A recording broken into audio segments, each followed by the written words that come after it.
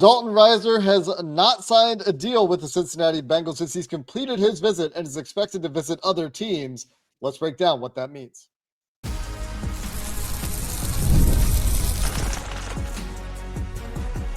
You are Locked On Bengals, your daily Cincinnati Bengals podcast. Part of the Locked On Podcast Network, your team every day.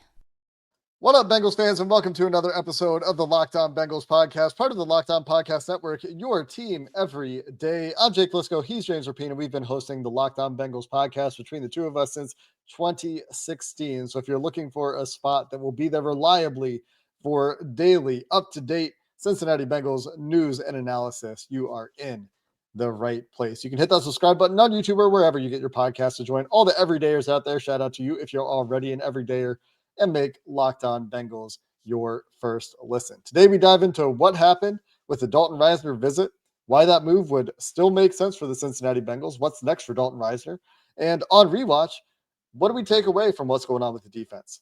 What about the offensive line that was under criticism for the way they played immediately after the game? We'll get to our rewatch takeaways and maybe some stock updates, stock up, stock down, a little bit later in this episode. But James, let's start with Dalton Risner, who reportedly is on his way to take visits potentially with the Seattle Seahawks, Pittsburgh Steelers, in the mix for his services after he did not come to terms with the Cincinnati Bengals while he was in town on Tuesday. Yeah, it's a bummer. It's frustrating. It's all of the above. Look, when you bring a guy like that in at this stage, and it's clearly your biggest weakness on offense, and I would argue your biggest weakness, because it's the thing that's really gotten in the way. Everyone's talking about the defense. Oh, defense. Defense hasn't always gotten in the way. Guard has always gotten in the way of the Joe Burrow era. And so you have Risner in town, and you're hoping to get a deal done, and maybe they still do get a deal done. We just found out a few minutes ago that he's got other visits, which we can get to. But the expectation coming into today was, all right, well, if the medicals check out, perfect fit. He's a really good pass blocker. He's a veteran. He could come in. He could start. He's going to be able to practice with you for a few weeks, learn the system, get comfortable, and boom, be ready on September 7th. He visited the Bengals with 19 days to go until the regular season opener. This isn't a Noah Fant situation where you have a lot of time and he can still get acclimated and he can still be there for practice inside the stadium and miss the first preseason game, but still be able to suit up and feel comfortable with the playbook. Like, he needs to make a decision quick, and the Bengals need to make a decision quick. And I think there was a lot of hope, at least external hope, that they would have gotten this done, that Risner would have wanted to commit today and that the Bengals would be able to get it done. Obviously that didn't happen. Doesn't mean it won't happen, but it didn't happen today. And so now Risner watch 2025 is officially here, Jake Liscow. James, you want to know why it didn't get done today? It's my fault.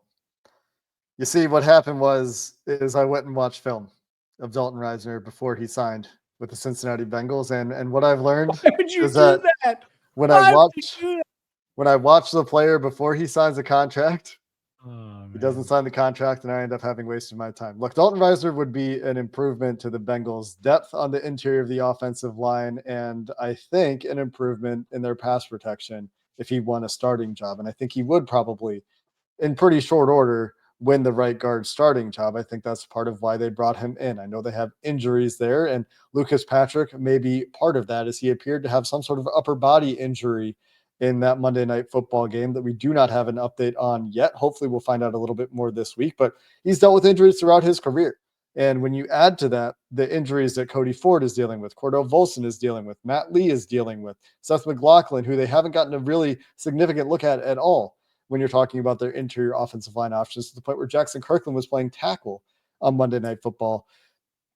It makes a lot of sense for them to add Dalton Risner both as a depth move and as a move that potentially improves their starting lineup. I do think that he would be, and he has a track record of being, a better pass blocker over time than Lucas Patrick. And we'll get to what I saw when we rewatched the offensive line. Lucas Patrick was not as bad as I think people thought he was on Monday Night Football.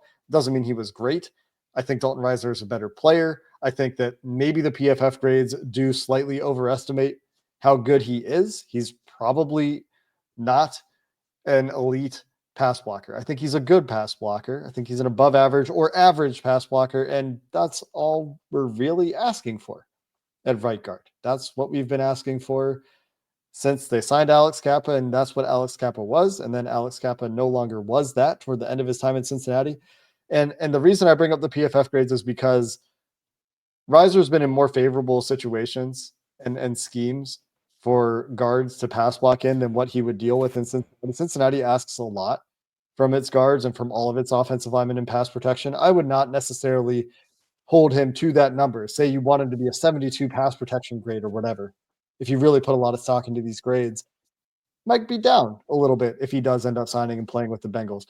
But the point is that it's disappointing to see him leave because, like you said, my expectation going into the visit is that it was pretty clear cut. Maybe he had these other visits planned ahead of time. I didn't hear anything about that until the Jeremy Fowler tweet that he had the visits planned with Seattle and potentially Pittsburgh as well. And a lot of people are pointing to the Jordan Schultz tweet that had language that was somewhat similar to the Noah Fant tweet when Noah Fant left town. To me, these aren't necessarily the same situation. Sounds like there were disagreements over money between the Bengals and Dalton Risner, and that is a little bit disappointing considering their situation at that spot and the excitement that even an average guard would bring for fans and their expectations of this team. For sure. One, Risner would start over Patrick, and we'll get into Patrick. Would 100% start over Patrick. The reason it's different from the Noah Fant thing is I don't think Risner is going to be in a position to take less. Noah Fant took less. Spoiler. I'll spoil it. He took a little less to come to Cincinnati, and there were higher offers on the table, and he's got paid pretty handsomely when he signed that. Well, he got that 5th-year option, and then he got that extension in Seattle. And so even though they cut him, you get some money there to work with. Risner's never really had that, and so he's going to have to go searching for it. I don't blame him marketing himself this way. Makes a lot of sense. All 3 of the teams could use a guy like him, but right, you can't have enough guard depth. And I think that's it. I don't think that this was, oh, well, the Bengals feel so good about what Jalen Rivers did on Monday night that they don't want Dalton Risner. And I've seen that, and I agree. I don't think that it's because they like what they saw on tape. Lucas Patrick might be injured right now. Like, yes, I don't think that it's that Wilson is injured of an answer. Yeah. Yeah. And we don't know the severity of it, but he is. We'll hear from Zach on Wednesday and we'll be able to update you. But it's one of those things where just because that happened with Noah Fant, most of the time when a guy leaves, he doesn't come back. And that is far more, that is way rarer than it feels because it just happened with Noah Fant and it feels like it's a great fit and all of those things. Doesn't mean that won't be the case, but he got out of the building. And when you get out of the building and then you're going to go to Seattle and then if he goes to Pittsburgh, I mean, there's going to be Aaron Rodgers there and DK Metcalf and Mike Tomlin. And I mean, they're going to try to shore up that interior and Risner could certainly help do that. So it's a tough one. Doesn't mean they won't get him, but the clock is also ticking. 19 days from right now. If you're watching or listening to this on Wednesday, guess what? 18 days. Tick, tick, tick, tick, tick. It would be nice for Risner you'd want to get him. Honestly, I'd want him on the sideline. He wouldn't play, of course, but you want him on the sideline by Saturday. So how do you do that? That would be my goal if I'm the Bengals. They're off Friday before the game. You could get the deal done by then. You got a couple of weeks to get him ready for the game. It's game 1. So I think that's still realistic. You can still do it, but this week is the week to do it. Yeah, hopefully it does still come together or they circle back on an option because we've talked about the options. Go back to last week. Maybe there's a trade in the offing as well. I know people have talked about trades as well in the guard market. So whether it's Risner, whether it's Shaq Mason, whether it's somebody else, whether it's a trade, at least this shows that they're considering something, I guess. But hopefully this isn't their only effort because it took them until now to try literally anything else for the first time. And it was promising, and we'll see how it shakes out. But as of now, no deal. Risner taking visits with other teams, and we'll just have to see how it shakes out. I do find it very curious, James, that Risner's been sitting out there for all this time, and now suddenly Bengals, Seahawks, and a consideration to visit the Steelers as well, out of nowhere, seemingly. Nothing, and now suddenly 3 teams. Hey, guess you know what happens? 1, they come in bunches. You never know. 2, maybe he doesn't like training camp. He's like, I don't need to play that preseason ball. I'm going to show up and I'm going to ball out. You guys want to string me along with 1 and 2 year deals? I think he's only had a bunch of 1-year deals at this point. Fine. Then I'm going to show up in mid to late August, which I respect that as long as he makes plays on Sunday, assuming that he's in stripes, of course. Assuming that's the case. But get something done. It would be nice if they did. We mentioned the rewatch. Let's get to the offensive line. Let's stick with the offensive line, and then we can go to all the other stuff. We'll do that coming up next. Today's show is brought to you by Yahoo Fantasy. Yahoo Fantasy is, well, what every football fan needs in their life. I've been a Yahoo Fantasy player for years and years and years, long before Dalton Risner was even known as an NFL player. And, well, I'm going to be playing again this year, and you can too. To celebrate over 28 years of fantasy football greatness, Yahoo Fantasy is dropping 28 big new features over 28 days. And this is one that I'm 100% jumping in on. They just dropped a Yahoo Fantasy Guillotine League. It's a killer new way to play fantasy football on Yahoo, where the lowest scoring team gets eliminated each week until there's 1 team left standing with the season around the corner. Now's the time to get your league together and give this new mode a try. I'm going to give it a try, but like you, I'm in a bunch of classic leagues as well. Head-to-head private leagues, public leagues, all with Yahoo Fantasy. Stay tuned for more killer announcements and start playing Yahoo Fantasy football now at yahoofantasy.com/LockedOnNFL. You mentioned Lucas Patrick, and it's funny on your rewatch that's your takeaway, because I tweeted on Monday night, because the social media coverage, I would say, of the Bengals offensive front right now is kind of, it's fun to watch. I'm enjoying the takes. I'll say that. I respect the takes, but I called Patrick a lock. Like I like, if he's healthy, I think he makes this roster. He's experienced. He's not making a lot. He can play a bunch of different positions. Like, I think he's making this team, even if he isn't a starter. And upon rewatch, you liked what you saw better than consensus, at least in the moment. Yeah, I mean, even our reaction after the game was like, good thing they're bringing in a guard. Didn't look very good for Joe Burrow back there taking hits. On rewatch, in my opinion, and I am loath to blame Joe Burrow for things, but I am also beholden to the truth here. And that's the great equalizer that film gives us, is it gives us the opportunity to uncover like what actually happened on this play. Where do we think, and we're not in the room, so we're still guessing a little bit, but where do we think this actually went wrong? And I think that while Patrick wasn't perfect, he was mostly totally fine, totally serviceable. There's one play where Joe Burrow takes that sack back on the 2-yard line that involves a defender splitting Lucas Patrick and Amarius Mims. I'm 99% sure there's a looper there that Lucas Patrick has his eyes on. He doesn't get it passed off well enough. There's one other play, I think, where there's a late rusher who Lucas Patrick could have redirected and gotten into the blitzer's alley a little bit quicker and taken some of the burden off of the running back, who I think was Taj Brooks on that play. But in pass protection, that's really it. Like, he wasn't a world beater. He's not an all-pro, but he's totally fine. The issues they had with pressure, and Joe Burrow wasn't pressured much. I think it was like 2 pressures maybe in his snaps, maybe 3. Let me see what PFF had it charted at. PFF had it charted at 2.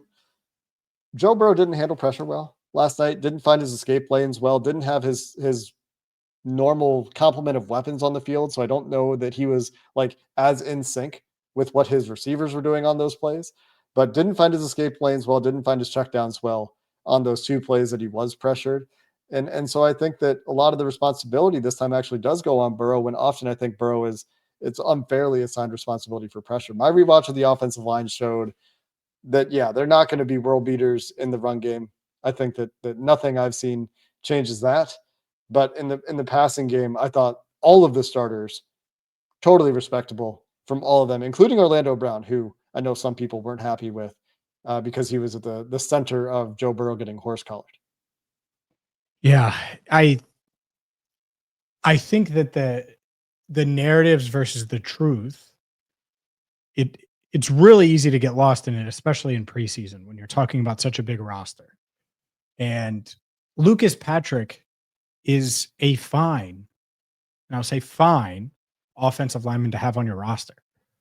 But especially in this system where you're going to drop back a ton and you're going to put a lot of pressure on your offensive lineman, you probably don't want him starting, especially with a line that's had its issues in the past. And that's it for me.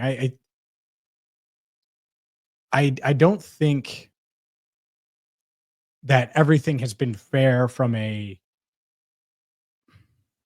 coverage is the wrong word, but a reaction to Lucas. But like, he's just this freaking revolving door in front of Joe Burrow. Like, I don't think that. I think he works really hard. I think he has a good attitude. I think he's someone that is going to fit well in that room, and he's versatile. And so there's a place for him. So it's good to reiterate that, because by the way, it's good that he showed that he could play and hold up, because they're going to need him. Even if they sign Dalton Risner, they're going to need Lucas Patrick at some point this season. That's why I called him a lock. Even if you don't agree with it, I don't even know how you think on it. But I think he's making the team because he can back up 3 spots on game day. And clearly they view him as one of their best options at guard right now. So assuming he's healthy, I think he's on the team. I don't know who else it is. Yeah. With the injury issues they've had, I'm expecting Cordell Volson is going to be out for some time. And maybe he gets good reports on the shoulder and it's not as bad as I fear it is for him. But I'm not expecting for them to have Cordell Volson anytime soon. Maybe I'm wrong. I don't know for sure. But given that injury, given the injuries they've had across that unit, the centers that haven't been able to rep at all, he's your backup center right now. You know, even if he's starting, he might be your backup center. They might move him over because I don't know who else is playing center right now, given that we haven't seen much of Matt Lee and we've barely seen Seth McLaughlin. And Andrew Rame is not sticking on this roster. So I do think that Lucas Patrick is on the team. Just to wrap up thoughts here on the offensive line, Amarius Mims, Dylan Fairchild. I mentioned the one rep, the stunt that kind of split Mims and Patrick. They didn't have a great handoff there, but outside of that, I thought Mims looked good. I thought Dylan Fairchild continued his strong preseason. And if those two guys are going to continue to play this way, you're in a better spot than you were last year, because Ted Karras is still going to be Ted Karras and Orlando Brown's still going to be Orlando Brown. Injury risk aside, really encouraged with what we've seen from Amarius Mims and Dylan Fairchild in this preseason. And I thought it was nice to see Lucas Patrick play better in the second preseason game than he did in the first preseason game. Mm-hmm. That being said, if he's hurt again, that's a couple of injuries for him potentially that he's dealing with at this point. And he has a history of dealing with injuries throughout his career. And that, again, underscores the need for depth and why this Dalton Risner move would make plenty of sense if it does indeed remain a possibility for the Bengals. Yeah, because it fills that hole, and you can look at the offensive line and be like, man, Fairchild might be a dude. Like, they might have gotten one. We don't know for sure yet, but they might have. They might have. And we know what Mims can be and is developing into. And so that would be awesome if you're like, all right, well, you look at that left side and you have Dylan Fairchild and Orlando Brown Jr. on the right side. You'd have Amarius Mims, who's ascending, and then a proven guy and Dalton Risner, a proven guy and Ted Karras. And then you have Lucas Patrick coming off the bench. You have Cody Ford, a guy the Bengals really like, coming off the bench. And it feels just so much more well-rounded. So hopefully by the time people hear this or see this, Risner has just shocked the world and signed with the Bengals, because you'd feel much better about their depth, about how they could deploy these guys. And a big part of why you would is because of Fairchild, because of Mims and their development and how they fared thus far. And it's only August 19th, but it's a good sign. It does have to hold up for the regular season. Preseason caveats apply to all of this, of course, but all we can talk about is what we have seen from those guys. I just started out because you don't want to get too far ahead of yourself. Like, nobody should be proclaiming Dylan Fairchild a Pro Bowler just yet. We need to see how that goes, but it's been a very encouraging preseason for him. James, let's get to the defense. A lot of concern. You had him on your All-Pro list, your preseason, Jake's All-Pro list, had Dylan Fairchild on it. You know me. I care so much about the preseason that I am scouring the tape for preseason All-Pros. Let's get to the defense here, James. There are, I think, legitimate concerns about what this unit has shown in the preseason so far. We'll wrap up the show there. Coming up next. Today's show is brought to you by Gametime. Have you ever decided at the last minute that you want to head to a ball game? Well, downtown Cincinnati is perfect for that, on the banks right there at Great American Ballpark. Maybe you're at Holy Grail, or maybe you're at one of the many fine establishments there, and you're like, you know what? I want to watch the Reds in person. I'm going to go across the street, or I'm going to jump in a car. We're going to go downtown and catch the Reds play. Well, they're out of town right now, but it's real easy to do with Gametime. Maybe you decide on Saturday you want to go watch Bengals Colts, and you want to go see Desmond Ridder throw it all over, or who knows, go see Jalen Rivers possibly start as he tries to make his case for playing time. Well, Gametime is the easiest way to grab tickets without the stress. Whether it's last minute, whether it's after the event starts, it doesn't matter. Gametime is going to make life easy on you. I've used Gametime for NBA tickets, and you can too, whether it's NFL, Major League Baseball, or any live event. Take the guesswork out of buying tickets with Gametime. Download the Gametime app, create an account, use code LOCKEDONNFL for $20 off your first purchase. Gametime's great. It's going to show you panoramic views from your seat. No hidden fees. They're all in pricing. Makes it simple. Again, create an account, redeem code LOCKEDON NFL, Locked On NFL for $20 off. Terms apply. Download the Gametime app today. Last minute tickets, lowest price guaranteed. James, where is your, and I'll give you my takeaways in a minute here as I rewatch the first half of the game. Where's your alarm level when you're thinking about this defense right now? Because it is preseason. Preseason caveats apply both ways. That cuts both ways, right? But on a scale of 1 to 10, how concerned? Not overly concerned. And a big reason why is I've seen them at practice, and I've seen them make plays and play with energy and play physical and play with an edge. And so that's what I'm more concerned about than anything. Like Zach Taylor, he said it both games now. Like, we didn't put much out there. We didn't do much. We're not going to show a lot of what we're doing, and that's fine. But you know what that doesn't make an excuse for, or doesn't dismiss? The lack of energy. Where you were here when Jordan Battle screamed at Jamar Chase on the sideline, like, you got to catch the ball. Yep. Were you there for that? Like, talking trash? Yeah, I thought you were here. So Jordan Battle's been talking trash all camp. I even told Jordan walking out of the locker room one day, like, man, I love the edge you're playing with. Like, I love it. I just, shocker, I like to talk a little trash too. So I love it. I love that he's doing that. I love that he was attacking things. Come on, man. That play, I've had multiple people bring up that play, multiple former NFL players bring up that play to me on Tuesday. That happened on Monday night with Jaden Daniels. And so that has nothing to do with not showing anything. That has everything to do with energy and effort.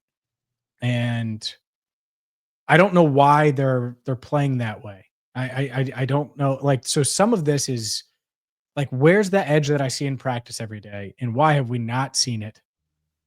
All the scheme stuff, it's really tough because I don't think they're showing everything. I do think they're holding back. I also don't want to dismiss 3 explosive runs that turn into touchdowns and turn into big plays on the other side. So I'm not pressing the panic button yet, but I'm not in a completely separate room from the panic button. I'm sure there's stuff they're not showing. I buy that. That does not excuse the issues they're having in run fits. They have guys out of position. They have guys getting moved. They have guys that are not doing their jobs in a way that allows these runs to be contained and is leading to explosives. Not just like, oh, it's a 10-yard run. That's a failure for the defense, but you can live to fight another down. Instead, we're seeing these explosive runs. And that's what's concerning to me. Like, maybe the corners are playing great in practice. And the reason we're not getting the energy, I would say, James, in these games is that the defense hasn't done anything to be energized about when the starters have been out there. They've just been getting beat. And it's tough to have energy and talk trash when you're out of position numerous times. And maybe it's Jordan Battle's fault. Maybe it's not Jordan Battle's fault, but he didn't look great to me on Monday night. He looked like he was out of position a few times. And that doesn't, and like, that's even like that issue with Jaden Daniels on the goal line. I think he just overran the play, which is its own issue. But like, there's other plays where it's like, well, who's not doing their job here? Maybe it's not Jordan Battle. Again, we're not in the room. We don't know exactly what's being coached there, but like the bottom 4 guys in PFF grades right now, whatever PFF grades are worth on the Bengals defense, are Jordan Battle, TJ Slayton, Josh Newton, and Demetrius Knight. Yeah. Those guys are all going to have roles on this defense this year. And Slayton, nose tackle, small sample size, whatever. Okay, we'll see how he is in the regular season. Newton, again, 20 snaps, small sample size. We'll see how he is in the regular season. Knight and Battle, I have concerns right now. Limited sample size, sure. Looks like the game is moving fast for Demetrius Knight right now, which is not where I thought he would be at this point. To the point where, like, I think there is a question as to whether or not that competition should open up for the starting linebacker spot. Should, not will. I don't know if it will. Al Golden has always had great things to say about Demetrius Knight whenever asked. But there's no other option at safety coming. And I don't know what's going on with Demetrius Knight in these games, because by all accounts, he's making plays in practice. You can't tackle in practice. You can't simulate the point of attack in practice the way it actually happens in games. And Washington has some good run blocking tight ends. But man, like some of that stuff, especially against Washington, especially where it's consecutive games for some of these guys, it does begin to get concerning about the way they're playing in the run game. And that's the one thing practice-wise that at an NFL practice, it's hard to judge the run game because they're not going to fully tackle. The running backs always just continue to run, and so it's tough. But there have been some big holes for Chase Brown at times. Yep. Like the more I think, like you when you were here, but even after that, there's been some where it gets blown dead because he's touched after 12 yards or whatever. But some of those you might be off to the races, and we've seen that. And so yeah, that is a theme. I think you're right. It's hard to play with energy and talk trash when you're just getting gashed and you just can't get. I mean, you can't force a third down on Monday night. That is embarrassing. And yet here we are. I mean, the first team defense hasn't forced a punt, hasn't gotten off the field without giving up points. It's unacceptable. And that would be if they were going against starters. But to go up against a bunch of backups for the majority of that is rough as well. So it's concerning, but it's also August 19th as we record this. So could it absolutely be who they are? Absolutely it could. And I'm not trying to defend it. But stranger things have happened. August 19th, Jamar's rookie year, couldn't catch. Yep. And then he has the best rookie season ever. Like Demetrius Knight has made plays in practice, but it looked more than a little rough. You know, there are people saying, oh, well, 55 is done. Logan Wilson's done. I'm not going to say that right now. Now, if we get to week 5 and he's running a 5.5 and can't cover anyone, well, guess what? Then we're going to be saying it.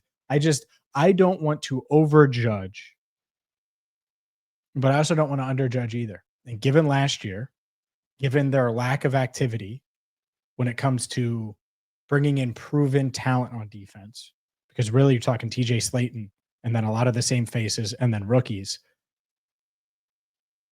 Don't be shocked if there's growing pains, and those growing pains could get in the way of the start that they're hoping and dreaming of. And we'll see how it shakes out in the regular season. BJ Hill will be playing. Hopefully they'll be fully healthy. And the one thing that I guess you could say is encouraging here is that they are showing some signs of depth. Like there are some guys that were backups that played really well. And Yep. I'm going to shout out the backup interior defensive lineman. I think Eric Gregory and I think Howard Cross both showed something. Howard Cross certainly showed improvement. We got a good look at Eric Gregory and his ability to make some plays. I think Tyson Anderson acquitted himself quite well. Not just the interception, the pass breakup as well. Pretty good. I think he played a little bit better than Dejon Anthony. So perhaps showing that there's something in the cupboard at safety. It was against backups. McKinley Jackson, not to be forgotten in the interior defensive line mix. And then I think the second string linebackers, Oren Burks, he did miss a play. There was one play that I'm sure wants back, but I thought also did make some plays. And I remain impressed with Barrett Carter. And I don't know that the Bengals are opening up a linebacker competition or anything like that, but I would be considering it myself. I think that there's some very interesting competitions that are going to come down to this final preseason game, though, James. As I look at the 53-man roster, the back of the cornerback room, Braylon Lux, again, showing up. Played well. Yep. Marco Wilson is a guy they like. Jalen Davis couldn't play. And so I think the back of that corner room is going to be interesting. The back of the DT room is going to be interesting. And I think there's a competition on for linebacker 5. Talked about Joe Giles-Harris being one of the captains last night, playing a lot of special teams. I continue to lean to 5 linebackers. And I think that those are some of the spots that are true competitions right now on this roster, with the door cracked open as well, obviously, for potentially a 5th tight end if they want to go that route and go a little bit heavier on offense. Yeah, Cam Grandy, got to be dandy. I think he's going to have to really push it. Mm-hmm. But yeah, the linebackers, they better be good. I'll say that right. They better be all good. The investment.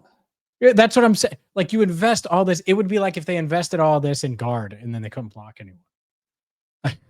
I had someone, and I disagree with this. It's a little bit too much, but I had someone say, like, look, if Barrett Carter is bad, like, that's Jackson Carman.